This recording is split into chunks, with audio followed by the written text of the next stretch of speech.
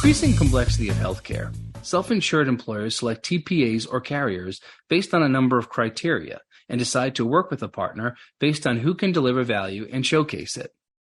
How can you as a TPA vendor or broker deliver and demonstrate value? Today we welcome Larry Thompson. Larry focuses his more than 40 years of healthcare delivery experience on TPA strategy, revenue and growth, as well as client services. He was the co-founder and CEO at Invenovis, as well as president and CEO at BSI Consulting. Prior to joining BSI, he was regional president at POMCO and president of Health Insurance Company of America. He holds an MBA in finance from the University of South Florida and a BA in economics and management from Florida Presbyterian Eckerd College. Who better than Larry Thompson to share his wealth of knowledge on how to showcase the value that TPAs bring to this industry?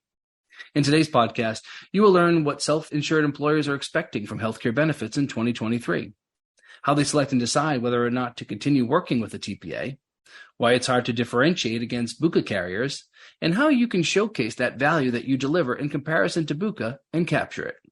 This program is brought to you by the Healthcare Administrators Association, HCAA. For over 40 years, HCAA has supported third-party administrators and the self-insured employer industry through educational opportunities from leading industry experts. For information on joining HCAA, please visit our website at www.hcaa.org. Please like and share this podcast on your favorite podcasting platform so that we can build a community of like-minded professionals. Your host is Ramesh Kumar. He is on a mission to bring value to the healthcare industry through improved transparency.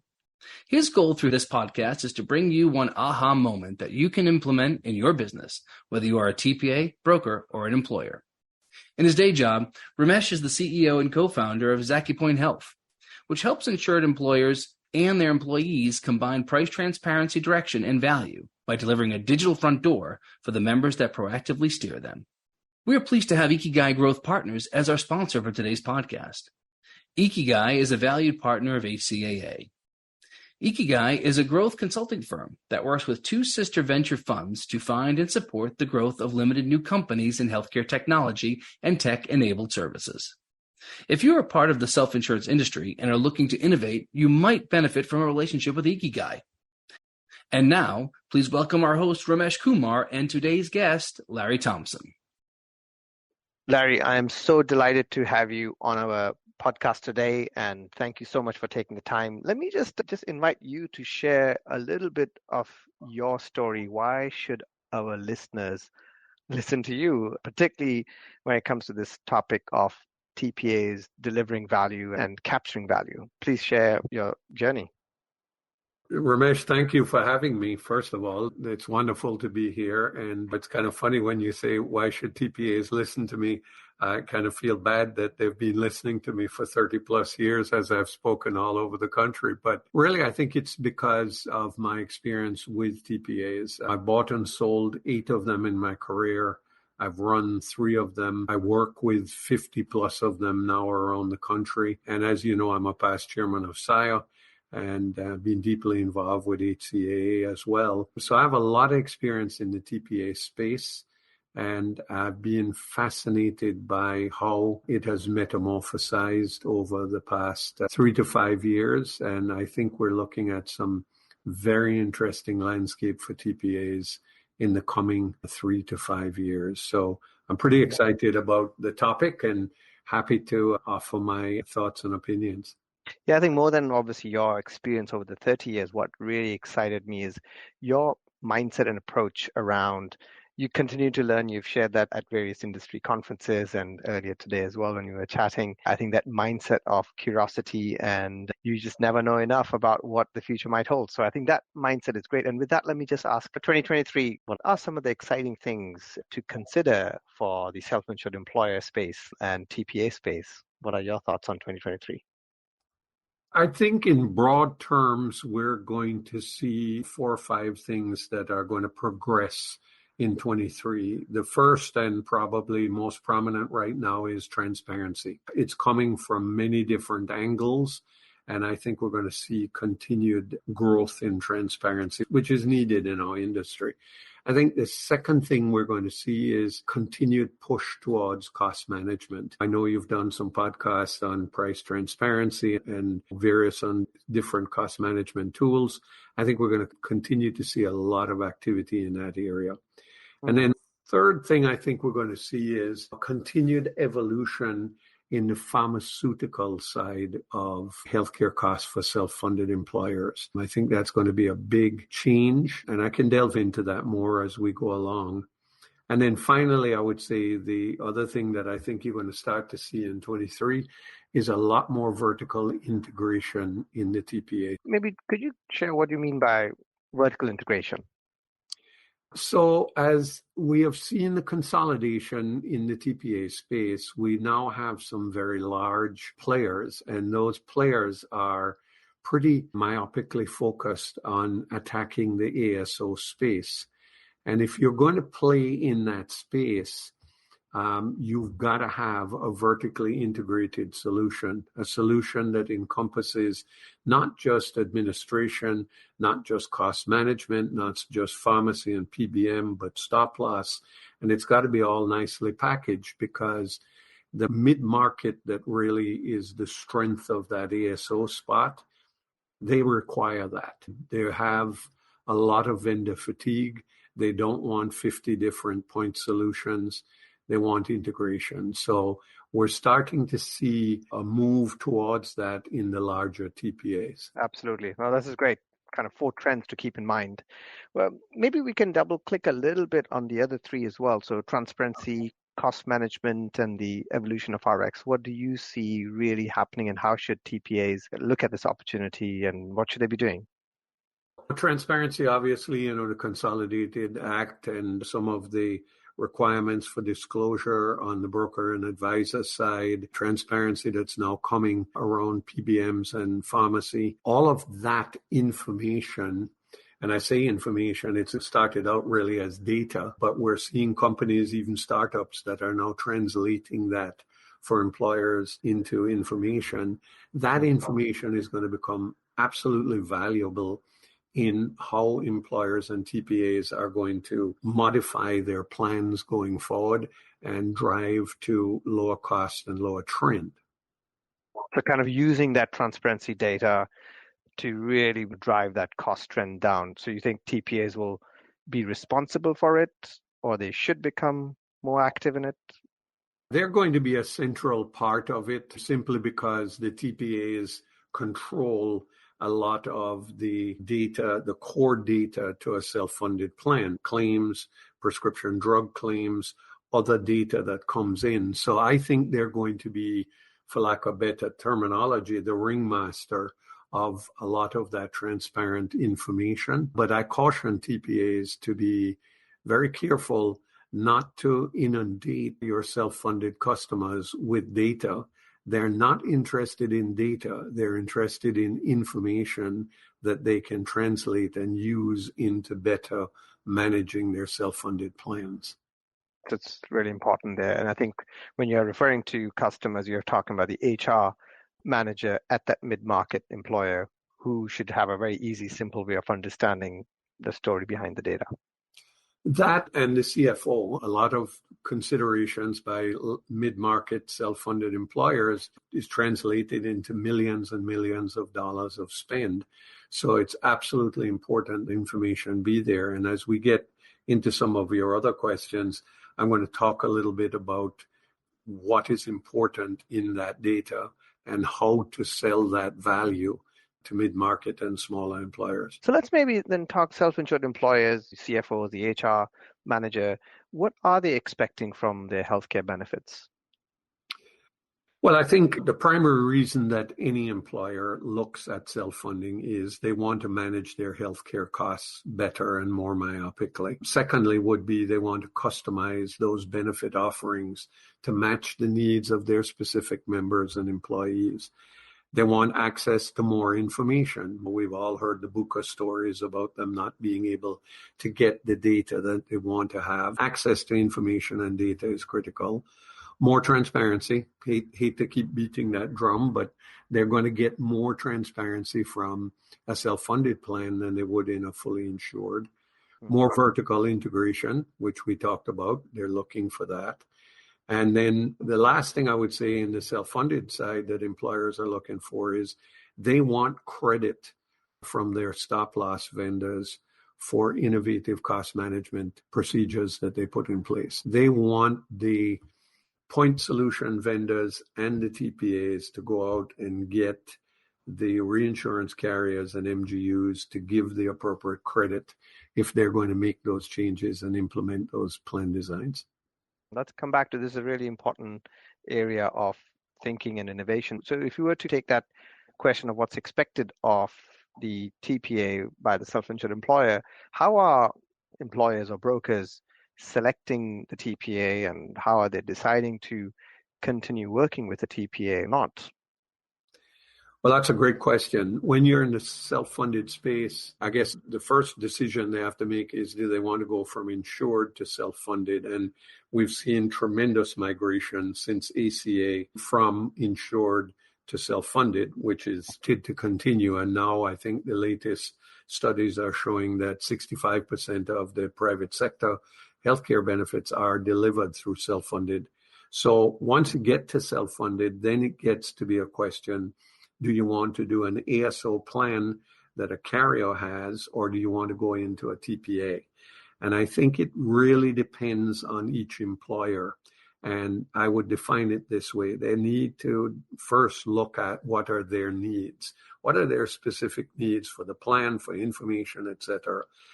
Secondly, how sophisticated are they?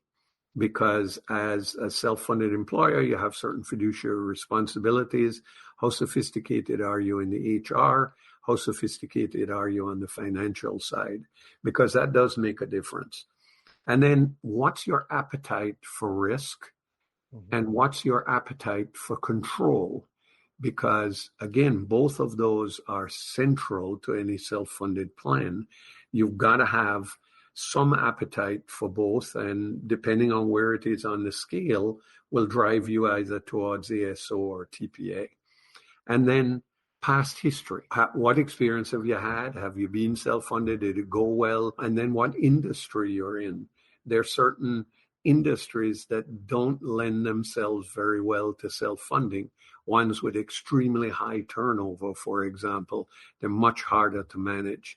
And then the final spot I would say to that is your geography and your employment demographics. So again, you've got to look at that. If you've got one plant in Youngstown, Ohio, with 400 people, that is a completely different profile than 7 locations around the country in 5 states with 1,000 people.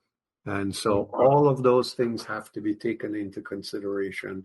And now we're kind of bleeding a little bit from the TPA into the advisor and broker space. But those are the kinds of things that need to be considered when people are making those choices.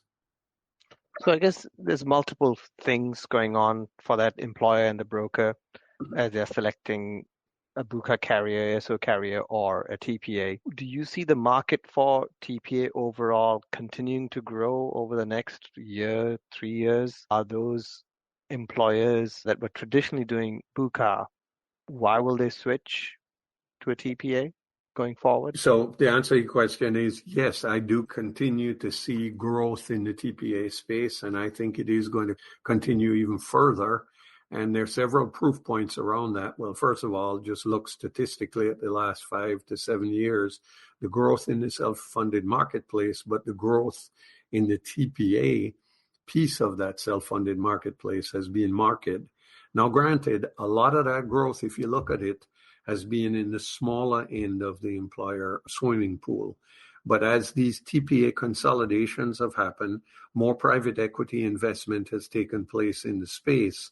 What we're now starting to see is TPAs that are evolving that can compete with the ASOs. So I think we're going to start to see even further transition in that marketplace. One other point I would make is, and this is another point, a proof point of where we're going, is take a look at the carriers buying TPAs because they know they have to have that flexibility to offer to their clients. The latest, of course, and largest that we've all seen was HCSC buying Trustmark. So we're going to continue to see that. And having been an executive on the Blue side, running the commercial side for Blue Business, and having insured ASO and a TPA, that TPA is important because, Ramesh, when an employer is making a choice to say, I'm going to go from ASO to a TPA,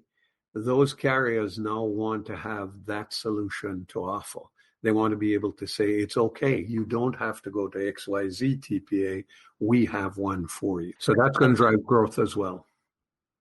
So they'll just migrate those customers to their own TPA offering. But let's say you're an independent TPA, a larger one with sophisticated offering. How do you compete, differentiate against those BUCA carriers, particularly if the BUCA carrier has a TPA operation as well? Well, it's interesting. And again, that is a great question. The lines of demarcation have narrowed quite a bit. And it's kind of funny because I tell people the larger TPAs are starting to look more like ASOs, and ASOs are starting to look more like TPAs. And so we are certainly narrowing that differentiator. But the truth is that A's can differentiate in a number of different ways. The primary ones would be as follows. One is flexibility, being nimble and flexible. Even the ASO side of the BUCAs, it's difficult for them to do that. If you are a 1,000 life case and you go to UMR, you do it the UMR way or you don't do it. And I think TPAs have that intrinsic capability to be nimble and flexible. So that's number one. Number two, I think, is value. You've got to be able to communicate value. And value nowadays, in the old days, it used to be, I have an admin fee that's lower than the ASOs. That no longer flies. It really now comes down to what can you deliver as far as the overall cost of the plan and managing the cost of that plan. So we have to deliver that value.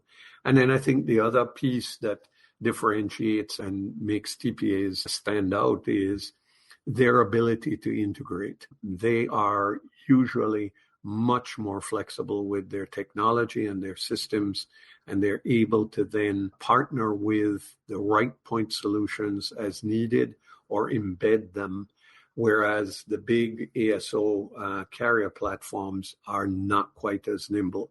Now, I say that they're working hard to get there as well, Ramesh, but right now I think that's an advantage that goes to the TPA. Yeah, we're going to come to this integration point that you've mentioned as well. I want to dig into this communicate and deliver value. Obviously, it's something that TPAs have prided themselves. In the past, it was always administrative fees. You keep lowering that. What do you suggest? Is there a framework a TPA should be thinking about in terms of delivering value and then showcasing that value? Yeah, this is a really central point and a critical piece of success or failure for TPAs and their growth. The value that is purported to any prospective employer oftentimes is based on assumptions. And both the BUCAs and TPAs make assumptions. And unfortunately, in our industry, there now seems to be a very haphazard, very light approach to, well, we saved this and we saved that, and numbers that are thrown around. And so what I would say to TPAs is what's really important in showcasing your value are four things. You've got to identify specific, unique values that you have, or at least show one where you've had tremendous success. You need to develop substantiated data that proves the value, and then tie that to case studies. And I want to repeat that. Substantiated data. You can't just have arbitrary percentages. So I had a client the other day that was talking about a BUCA and said that one BUCA said they had a 52% average discount and the other one said 61%. And it happened to be in a market that I know really well. And it made me laugh because neither one of them are achieving those numbers. They're not even coming close. So we have to be careful about that. The third thing would be you then need to develop a marketing plan around that success story. And you can't just do it once. I see TPAs do that a lot, where there's a case study, they did it, and then 3 years later, they're still pitching that case study. You've got to update it, and you've got to make your campaigns around that story be constantly evolving. And then the last thing is you've got to package multiple services together. This is the integration piece for the higher value, so that you will always have the ability to drive that higher value. Because if you're competing with the ASOs, they have that built in, and they have some advantages. Many of them, they're actually controlling the risk and the risk portion of it, whereas you might be using with your broker an outside reinsurer, MGU. They have integrated programs that are built in, MSK, PBM, etc., built into the ASO. You may not. So you've got to find a way to tell the story of how those things are working and why they're successful. And again, you have to substantiate the data. So I almost see a 4-step or 5-step framework here, which is you pick a value driver and you deliver success on that metric, that specific driver that you may say, look, it's X or Y, and market it, but keep it fresh. Don't just have the case study from 3 years ago. So market and keep it fresh with new ways of delivering that. And then overall, think about packaging multiple solutions as well that are directly also showcasing or delivering or controlling risks, which might lead to all this MSKs and other kind of innovative solutions, and packaging it well enough so it's also a good member experience, but more importantly, it's packaged and tells your story. Yes, and this is where I would put out a point of caution to all TPAs. I was working on a 10,000 life group recently and met with the CFO, and he looked at me and showed me a proposal from a TPA that will remain nameless. And on that proposal, there were 31, I repeat, 31 point solution selections that they were asking the employer to choose from. That threw them out. They were the best TPA, in my opinion, for the job, and they lost the business because of that. We have to find ways, if you're using third parties, which obviously TPAs do, we don't expect TPAs to be experts in everything. So if you've got a PBM, if you've got a musculoskeletal group, if you've got a Mommy and Me program, whatever it may be, I think where TPAs have to get better is finding ways to integrate all of that into a single package. Because if it's confusing at the CFO level, imagine what the member experience is like. I've got a knee replacement. I've got to go to a separate website. I've got to call a separate number. I've got advocates there. I've got TPA advocates here. I've got PBM people here. It becomes this, if you will, chipino that nobody can figure out. So that is my caution. And I think that we've done, I'm so proud of TPAs for the fact that they have assembled a lot of these partners. But I think the next step now is to integrate them. And I know single sign-on is expensive. I recognize sometimes it's difficult to get these things done. It's training, taking your customer service and your member service group and having them trained. But always, I think for TPAs, the magic is to say, if I were a member in this plan, would this be comfortable to me? So there's a big area. It's all packaging, selecting the right solutions, packaging it to communicate that to the CFO, the buyer, but also to ensure that the member has a simplified experience. And only once you have done that, you might actually be able to, again, showcase the value of all this, unifying the member experience and showing with data that those solutions are being used, those solutions are driving down the costs or risks, whatever the metric might be. Precisely. And it is the multiplicative effect of those integrated partnerships that then causes the TPA to overall be more competitive than the ASO. So it sounds simple, but it's not. Making it happen is difficult.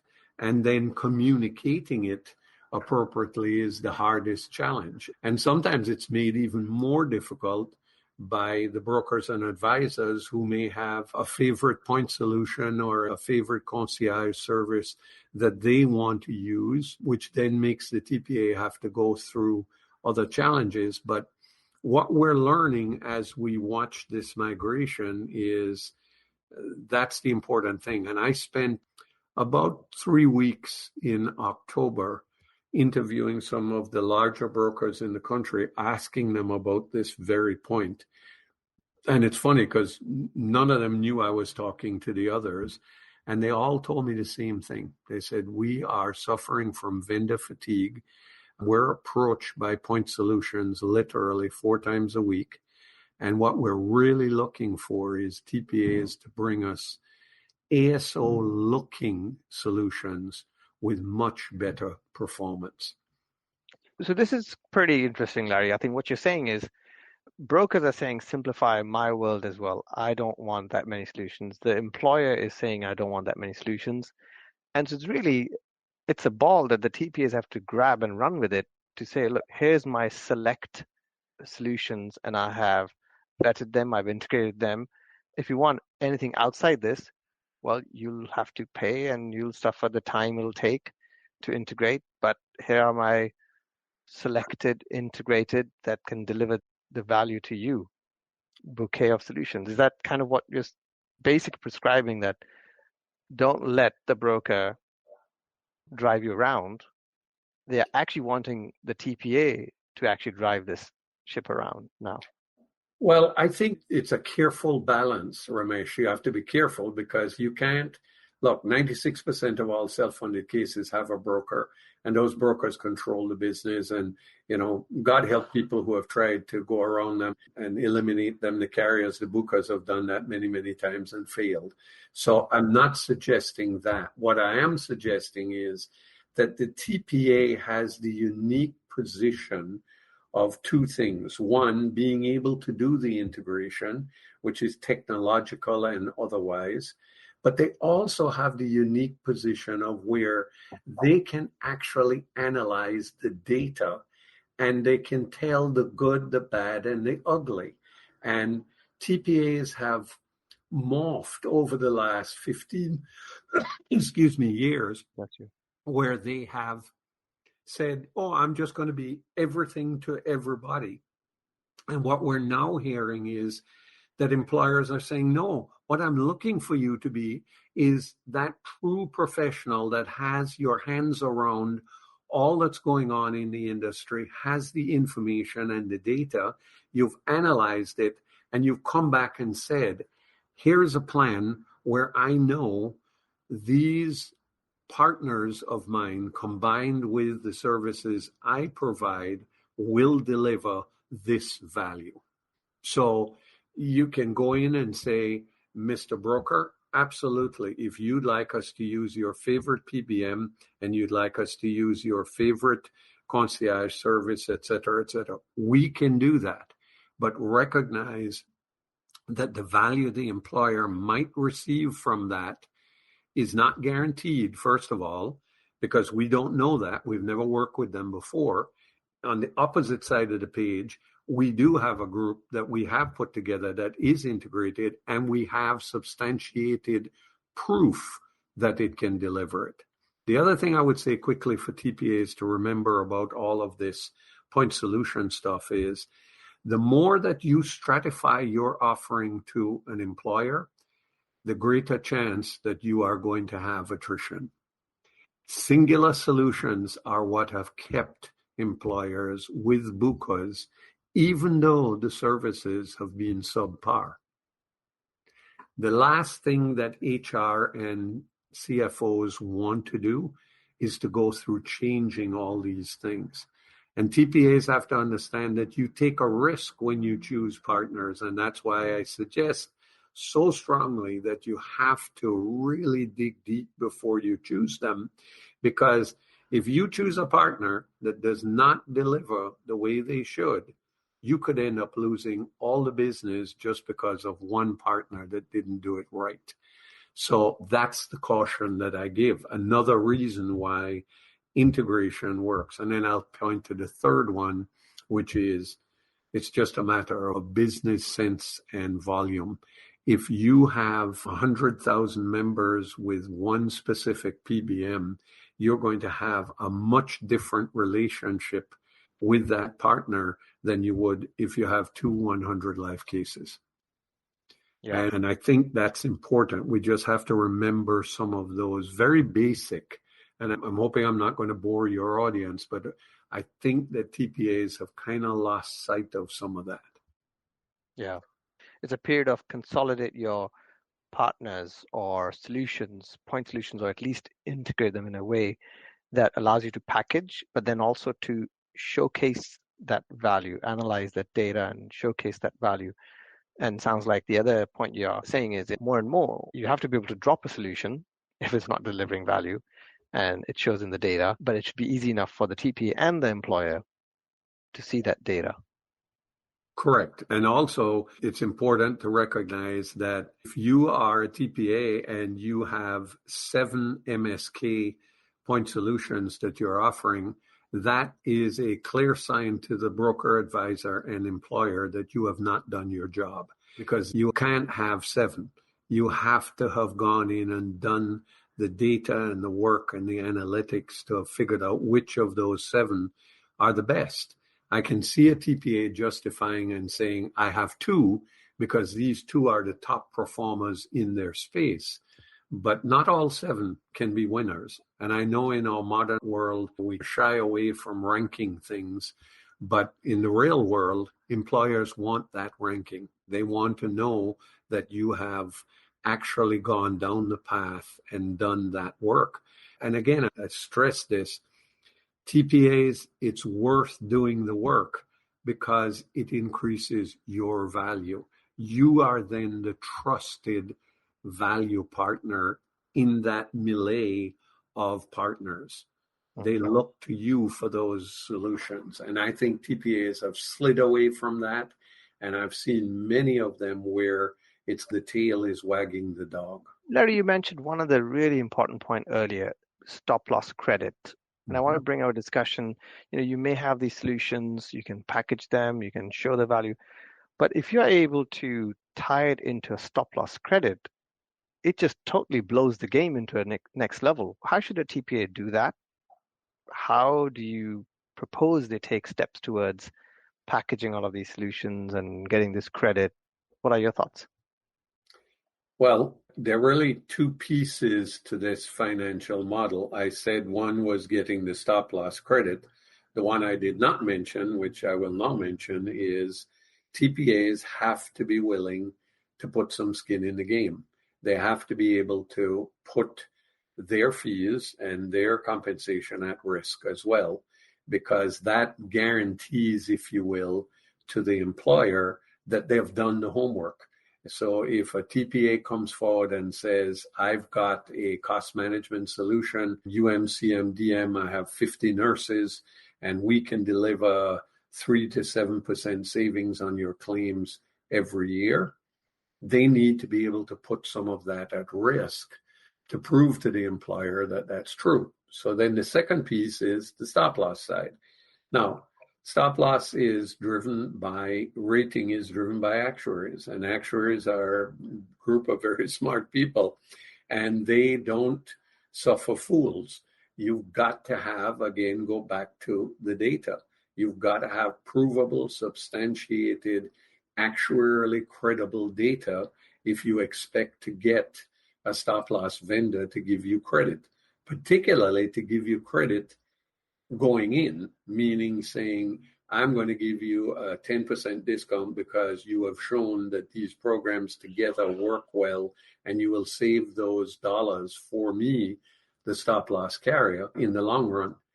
Getting them to do it on the backside, meaning after you've proven the savings, is obviously a lot easier. So convincing them to have a better renewal rate after you've proven what you've done for the prior year is less complex. But back to getting them to do that up front, it really requires putting together data sets that are actuarially credible, working with a very, very select group of stop loss players that you know and trust, and that are willing to go through the exercise with their actuaries to evaluate the data that you have.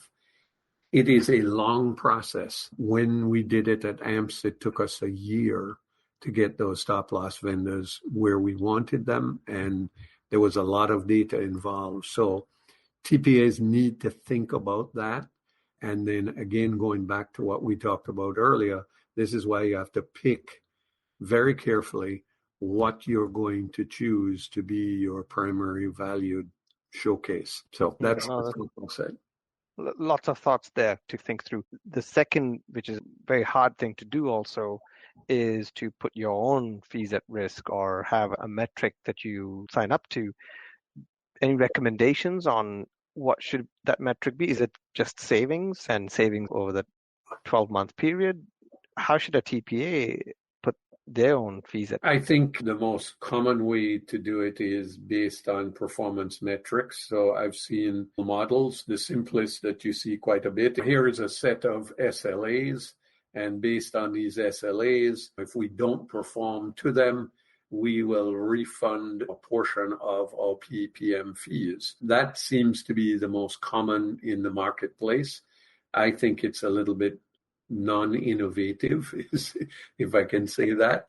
I think that it's much more interesting if TPAs have really done the work to put their fees at risk by charging fees that are based on savings.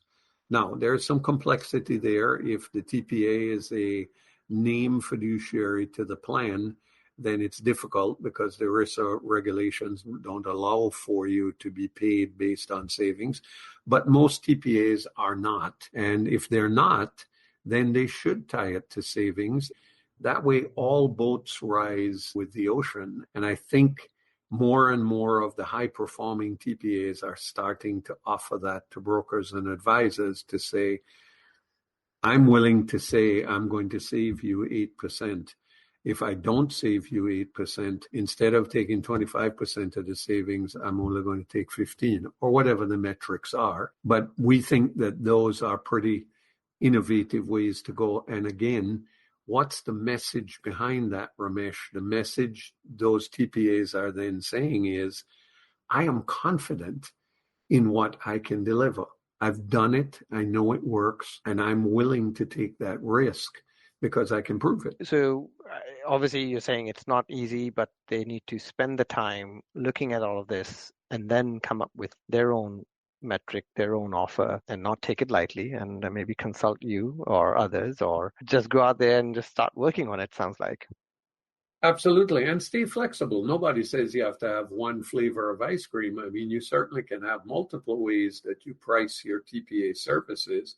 So I'm not saying that you do one only, but I think you have to read your audience, and you've got to go in to your broker and employer and understand what their appetites are and what they're interested in. And I think, if I can just quickly say this, I think that's another area where TPAs have fallen off the apple cart. I can remember TPAs 10, 15, even 20 years ago doing much deeper dives with their broker and employer prospects to really learn what they are after and what they want before just throwing out a proposal. I see TPAs today that will get requests from a broker, and the broker will say, tell me about your admin services. And within a day, they'll flip back around and put out a PEPM cost with a fancy proposal behind it without knowing anything about it. So I think one last and major question, and it's a very big thought that you are outlining, is how do you really capture value for all of these things that you as a TPA could be doing in 2023? So my question is, what are the steps a TPA could take to go down this journey? Because there may be TPAs at different stages Some haven't done the analysis. They haven't thought about the solutions. They haven't packaged it. And I wonder, like, if you had to take a step back, what are the 3-4 steps a TPA should be taking to go down this path of capturing more value? I think the first for all TPAs is to do what I call a 360 view of their own company, and an honest one. A lot of TPAs are so busy doing what they're doing, they're really not paying attention to what their value truly is. And an NPS score is not doing it. An NPS score usually is based on one simple question that's asked after a member experience. That's not deep enough. So I recommend to all TPAs, small and large, you got to look inside first and truly objectively evaluate where are your strengths and weaknesses. And if you can't do that, then hire someone like me or others to do it for you. But the first step is really to have a clear picture.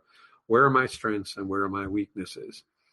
Then from there, you really have to say, what am I willing to invest in changing or strengthening my value proposition? And what's the outcome from doing that? And then once they have that, then they have to really go into what I talked about before, which is you've got to have very specific details of what your value is. You have to show the integration. You have to, and I always say this to TPAs, keep it simple. You cannot overwhelm either your broker partners or your buyers. They have to be able to easily understand what it is you're doing. And then we've got to be able to package all that and tell the story appropriately. So is it a lot of work? It is. But I believe those that go down and take this journey are going to be the ones that will see the greatest growth in 23 and will establish themselves going into 24, because aside from growth, they're also going to see lower attrition. So there you have it, our listeners. From Larry, I think really we had nuggets of some amazing ideas on how to think about delivering value, capturing value. Larry, any last thoughts for our listeners, and how can people connect with you? I would just say that people can reach me through my email or phone numbers, and most importantly on LinkedIn. They're all there, and I welcome working with TPAs, as I know so many of them. The other thing that I would end on and just say is that a lot of what I've talked about may seem like it's only applicable to large TPAs. That is not true. Small TPAs have the same issues and challenges, and they can garner quite a bit of market share by doing this. And then the last piece I would say is to be very careful not to get too myopically focused on any one particular cost containment tool. It is the multiplicative effect of all of those that you can pull together, analyze, manage, and deliver. That's what makes a TPA much better solution than a BUCA or an ASO. Oh, that's wonderful. Wonderful. Well, this is great. Thank you so much, Larry. I really appreciate your insights here, and thank you for taking the time. My pleasure. Thank you, Ramesh. We would like to thank your host, Ramesh Kumar of ZakiPoint Health, our guest, Larry Thompson, and the sponsor of this podcast, Ikigai Growth Partners. Please join us again for another podcast in the series brought to you by HCAA's Voices of Self-Funding. Please like and share on your favorite podcast platform so we can build a community of like-minded professionals. And tell us about topics and speakers that we should bring to you next. Please watch your email for updates on upcoming podcasts and guests.